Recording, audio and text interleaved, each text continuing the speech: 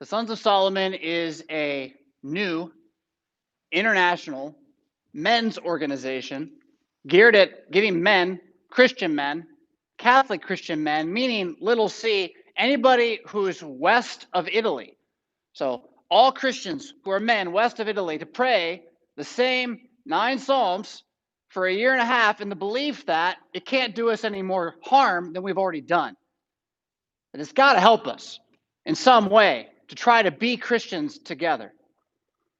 And when I and a couple other guys started this idea, well, we knew we were banking on the power of the Word of God, but we also knew it would be up to Him to make it take hold. What's been exciting to see over the last month or two has been that it has taken hold. We have Sons of Solomon chapters springing up all over the country and even in other countries. And by that, it's just individuals out there, men of Christian congregations who've said, I'm tired of sitting and doing nothing. At least I'm going to pray. I'm going to pray with these other guys who are praying like they believe the Bible's true. I'm going to pray for my country. I'm going to pray for my family. Now, in that, Sons of Solomon is very clearly wanting to help men be pro-life and pro-creation and environment around them, pro-neighbor and neighborhood, all good citizen kind of things, good fathers and sons.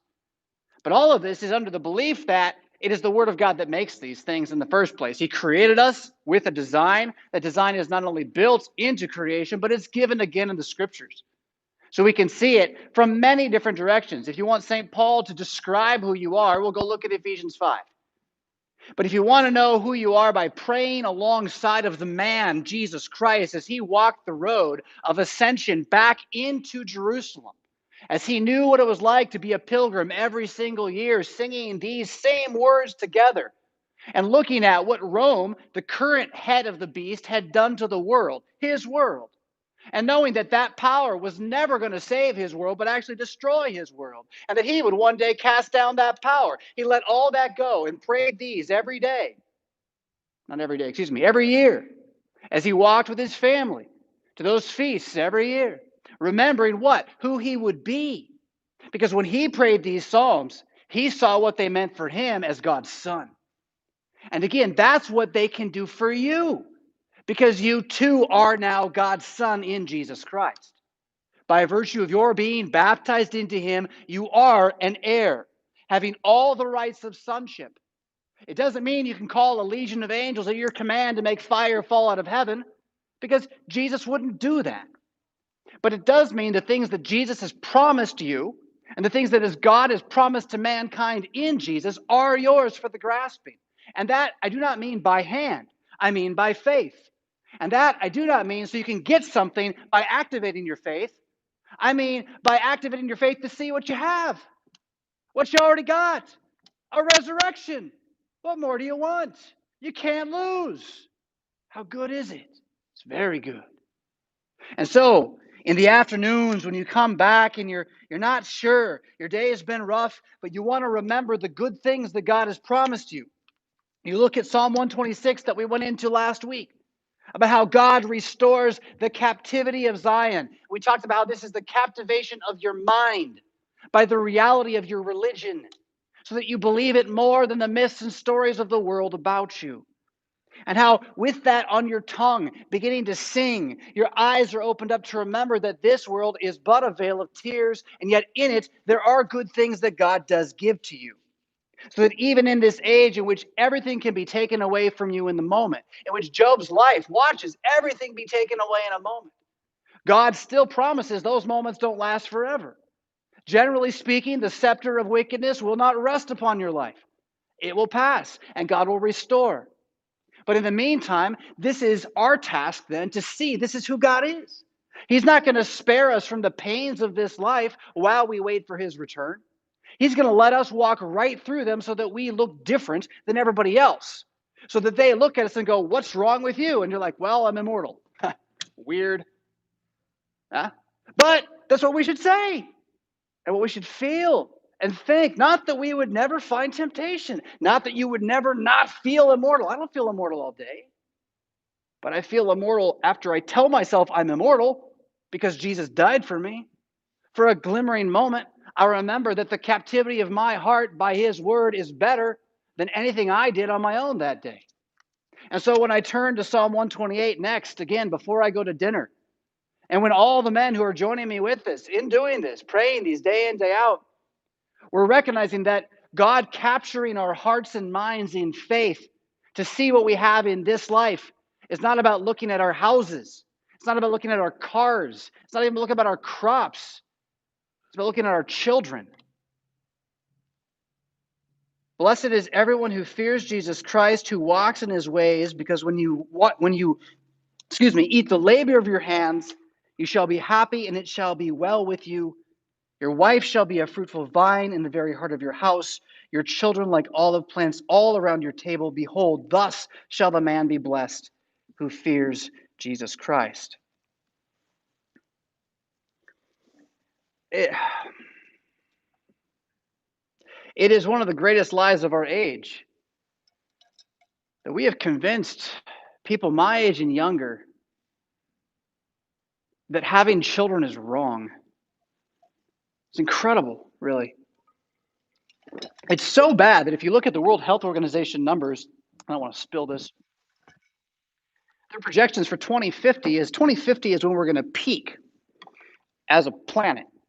So we'll have the most people we can possibly have. And then we're going to start going down. And all the climate activists who know half the story usually get excited. Problem is, once we start going down, we're going to go down at a rather quick rate. And it's because we're not all the same age. And so once we peak, we're going to be peaking with a generational difference in like who's at certain age groups. So the older people, there's more of you. And so when you die, this pyramid of people is going to start going really far down. And the problem is that those of us that are in this 40-year-old range, we've already had our kids. So we know how small we're going to get by 2075, 2080, 2090. We can't turn around. We know what the numbers look like, and they look fast getting small. Structural problems, transportation problems. German businessmen are talking about this on TED Talks. If you care to go look it up, they don't have answers. And yet here, I heard just this week about Christians convinced to, as 20-year-olds, stop themselves from being able to have children permanently. Like they've already done it, physically, scientifically. It's done. Doctors, snip, snip. Their parents talked them into it. Talked them into cutting off their own line. I don't understand. I really don't. I get feminism. I do. I get not wanting men to be bad. I get that. I don't get not wanting children. I don't get that. Any nation that doesn't want children doesn't want a future. And then it shouldn't wonder when it falls apart. Now, Christians really should know better. You know, whatever's been in the water the last 50 years, it's been heady. So, okay. But we really should know better. We shouldn't let the world tell us these things when our scriptures are so clear. But I don't want to chide you. I don't want to beat you. This isn't about how you better go. No. It's about seeing what you have already. And that goes for you singles out there too, honestly. Because you have a family that's above you if you don't have one below you yet. So what does a man who is blessed in Jesus Christ see at the end of the day? He sees his family, whoever that might be. He sees the reason he fought, the reason he got up and said no to himself, the reason he strove. He sees his son or his daughters, his wife or his mother. Blessed is such a man, happy to sit at table with those whom he knows and loves, who are his own blood, and even happier still be they Christians. Because then he knows this table is not going to end, but only join with all the other Christian tables of the world in a greater and greater feast until the last day brings us all to an everlasting one.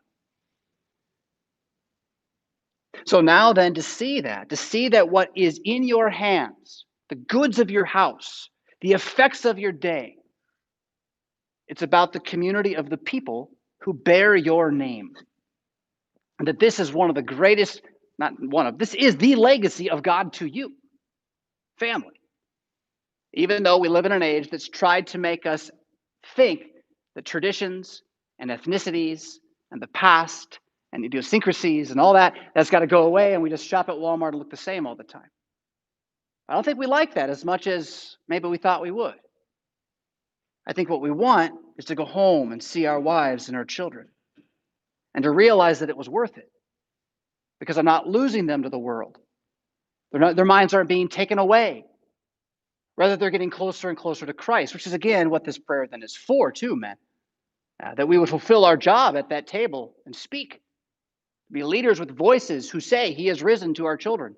So they know this is really our religion, not just something we do for mom, which is too often the case. The end of the psalm then is a shout. So once you've prayed this, if you're praying it before your dinner, you know God's giving you this. This is not a question, like you're maybe going to get blessed by God and have family. Even if you don't have any family at all, the church becomes yours. And honestly, talk to me. We want you not to be alone. We want this place to be where you are welcome. Not because we're just welcoming or we want to grow a club, but because we know the value of a human. That every single human being is purchased by Jesus' blood and will live eternally. And everything else is going to burn, but the humans we're going to go on. So when we know that our lives are going to be filled with that, and that knowledge of each other, extending and growing around us and to others beyond us, well, then we can shout, the Lord bless you out of Zion. This is why we're Christians. This is what we want. What do you think heaven's going to be? It's going to be more time with your family. You don't want that? Uh-oh. Why would the world not want that? But that is what we don't want, right? Can't wait to get away. The Lord bless you out of Zion. May you see the good of Jerusalem. That's your church, by the way. All the days of your life. Yes, may you see your grandkids, your children's children. What a dream. And I'll tell you, it is odd. So as a 42-year-old who was part of a generation that was encouraged, by and large, to not get married or not to do it right away, to not have kids or not to do it right away, certainly not to do any of it until you really felt financially capable of all of it. Then I became a pastor, and I watched the same generation that had told us all this get mad that we weren't having grandkids fast enough. I mean, really, it's like, well, which one do you want? If you want the generation to last 27 to 34 years before you have the next generation, that's the way it's going to be. And again, the things are going to crunch and crack at a certain point. The systems we've built over 2 centuries won't work that way. And some of that's what we're feeling the pressure of. I don't want to get into politics. But we feel it, though. We feel the effects of the politics on us. And that's the challenge. We have to recognize what is happening to the world around us. It's changing under our feet. I don't think this is a reason to be afraid. I think it's a reason to dive back into what you know to be true. That when you go home and you see Christians around your table, you're a king. Now, I mentioned how last week how the morning psalm is the easiest, I think. And then the next one, the day psalm, isn't too bad, although it feels hard, but you're kind of on a roll as you can get to it. And it's this afternoon one that really is tough to go to for me personally. I always have an excuse. I walk by my Bible. I leave my Bible like with my yoga mat on the ground. That sounds weird, huh? That's what I do, though. And I stretch and read the Bible, Psalms. But I leave it there to like make me go to it too. I want to pass it, and I'll pass it in the afternoon 3 or 4 times before I'll sit down and do it. It's amazing. And every time I'm chatting myself, like, Jonathan, why are you not do this? What's your problem? It just takes 3 minutes. It's incredible. That's the spiritual war that's going on. There's no malice or anger or rage. It's just like this. I'm in mud. I'm in mud to get to it. The evening psalter's just as bad, but not quite. The afternoon for me has been by far the worst. Evening's just as bad, but not quite. And yet I can guilt trip myself into it. So the afternoon psalter, again, I can kind of walk by it, and then I'll hear this lovely sound from up in the kitchen, dinner. Oh, I got to go. Yeah, and I'll do it later.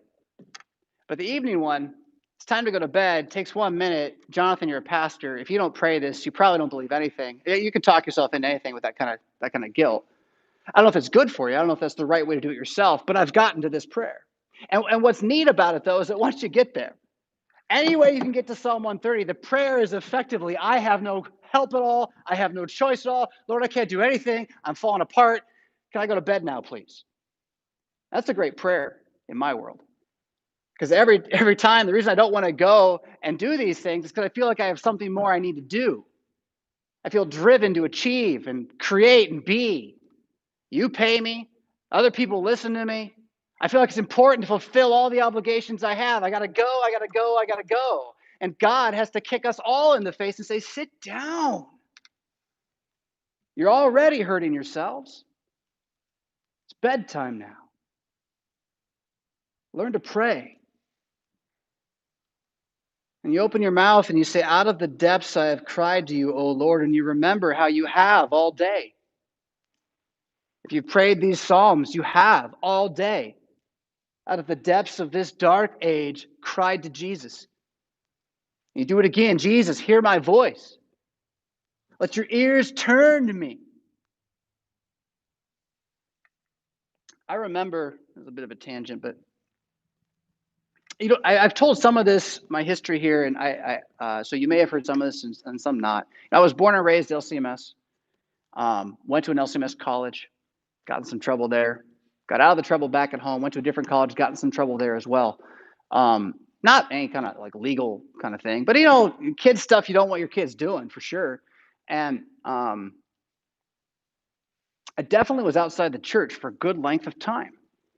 Whether I stopped being a Christian, I couldn't tell you. But I tell you what I deserved. I know what I deserved. Hell, no doubt. And I remember going back to the church that I was coming back into church through. It was a Calvinist church, Redeemer Presbyterian in Santa Rosa, California. There were a lot of good things happening at that church, but one of the good things was a piano player who, for whatever reason, whatever she was doing, she liked the Psalms. And there was a setting to this Psalm 130 that they sang almost every other week for a while, probably too much, honestly. But I remember weeping over this line. If you, Lord, should mark iniquities, O Lord, who could stand? I remember weeping in church as a 20-year-old man. Because I knew, even the little bit I'd done, I knew what I deserved. And you do too, right? Which is why it's so good to pray this. If you, Jesus, were to count it against us when we do something wrong, then all of us would be in hell already. Oh, the day wasn't quite as bad as I thought then, I guess. There's forgiveness with you that you may be feared. And we'll not go into the theology of the fear of the Lord entirely tonight, but remember, the fear of the Lord is the beginning of wisdom. It is faith itself. It's not the terror that makes you want to run away. It's the kind of terror that makes you want to run toward. Now think about it this way. You always run towards something that's scarier than the thing you're running away from. It's just you're not afraid of it, particularly at this time compared to the other thing. But you run towards something stronger and more brave and more scary.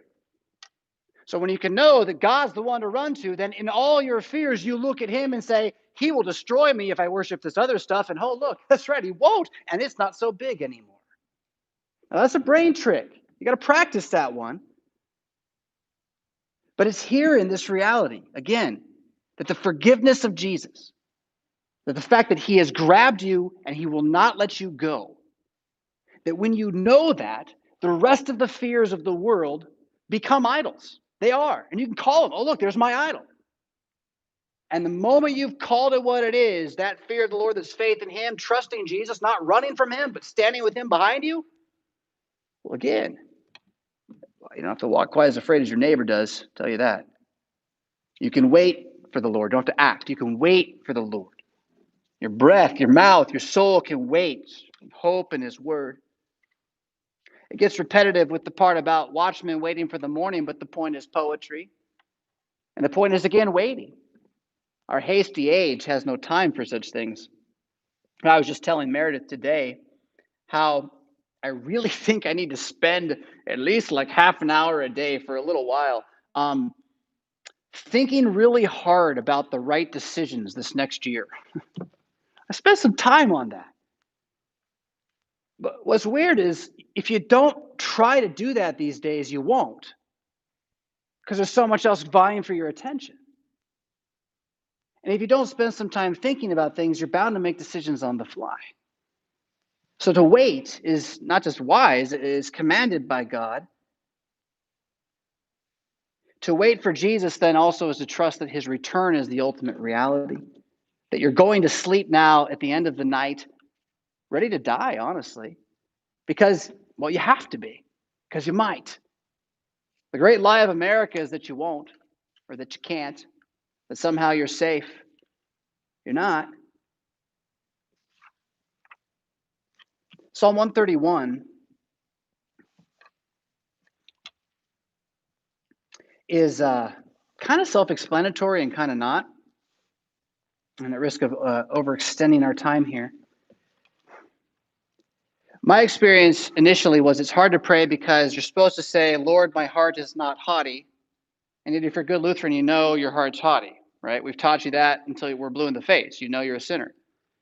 So how are you supposed to say this? Nor are my eyes lofty. Well, they're obviously lofty. I just spent a bunch of time explaining to you how lofty my ambitions always are. So how am I supposed to pray this? Well, again, this is where the ultimate good of it being Jesus' prayer that he's invited you into becomes the utter gospel at the end of your day. The very fact that it gets out of your mouth, oh Lord, my heart is not haughty, is a confession of the sin. You're admitting that on your own, you got nothing. Just saying it. Even admitting that I don't deserve to say it. Well, that's the point. But you're in Jesus now. And so that's also the point. You're not haughty in him. You're not lofty in him. You're not concerned with great matters in him. You thought you had been all day long. You thought you had to make your life work all day long. But in him, you haven't been. In him, you've been at peace. And you know that too. In him, you've been ready for the word when it shows up. And you know that too. You've rejoiced. You've loved your neighbor. In him, all these things have been there right along with it. So you're not really that concerned with things too profound for you. You're calmed and quieted. And at that moment, when you pray this at night, again, you're going to find this turmoil where there's, there's a whole lot of not calm and quiet going on. But the word is calming, and the word is quieting. And if nothing else, remember that when you say, like a weaned child is my breath, my soul, my nephesh within me, take a deep breath. And you will, in fact, be quieted, if not forever, for a moment.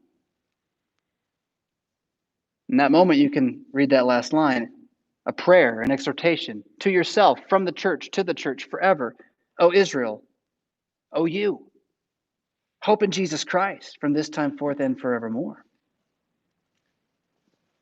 So these two prayers in the evening again become the Lord, I know I didn't do enough, but I know you're enough.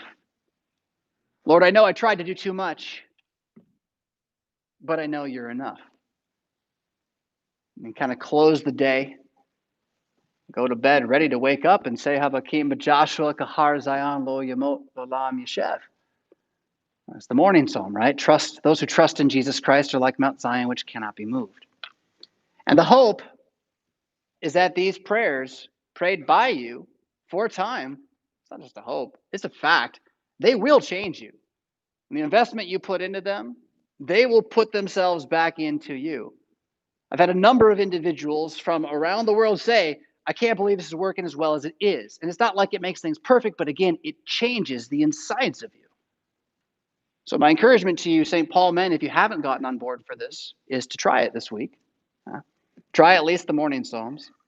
And now, ladies, you're certainly welcome to pray the same psalms. They're in the Bible and they're yours. We can't take them away from you. We wouldn't want to do that. And as you've heard, they're all filled with great words, right? So by all means. But in order to also serve one of the purposes of the Sons of Solomon, which is to increase our understanding of fatherhood, as opposed to motherhood, they go together, but they're not the same. We want to really demonstrate that men and women are different in how we even approach this very task. And so Sons of Solomon has recommended another set of prayers for ladies to pray this year. If you would like to call yourselves the daughters of wisdom, you can. What's different about these prayers, you'll pick up on them right away, is that they're about women. Or they're praying for men, as men, and not women. Which, more than anything else right now, ladies, the men need you to pray for them to be men. There's it's a book called The Grapes of Wrath I had to read in high school. I think I did. How'd you read anything in high school? Really fast. I had to read, or I came across just, I think, the opening paragraph a couple of weeks ago. I took it and I showed it to Meredith. I was so amazed by it. I couldn't believe it. It talks about how the crops is really short, but it talks about how the crops have completely gone to put in the Dust Bowl. And everyone knows it this morning. It's like one morning, and the men have gone out and they can see that everything's dead. And what Steinbeck says is that the women came out of the house to see whether or not the men would break. Because if the men broke, they knew they would all starve. If the men didn't break, they knew it'd be okay. And he plays with it. There's this whole moment where are the men what are they gonna do? They're all looking at the dead crops. I know what snowflake men from America would do. We'd whine and cry, throw a hissy fit, go cry to mom. Those men in the Dust Bowl didn't. They kicked it, they put their hat on, they looked up, they started packing. Time to go. They just moved on. I don't know what kind of grit their fathers had to give them. My world didn't give it to me, but we're in an age when we need it. And ladies, I implore you, pray for your men, that they be men, so that our children might be Christians. And men, pray, period. For the prayer of a justified man avails much. In Jesus' name, amen.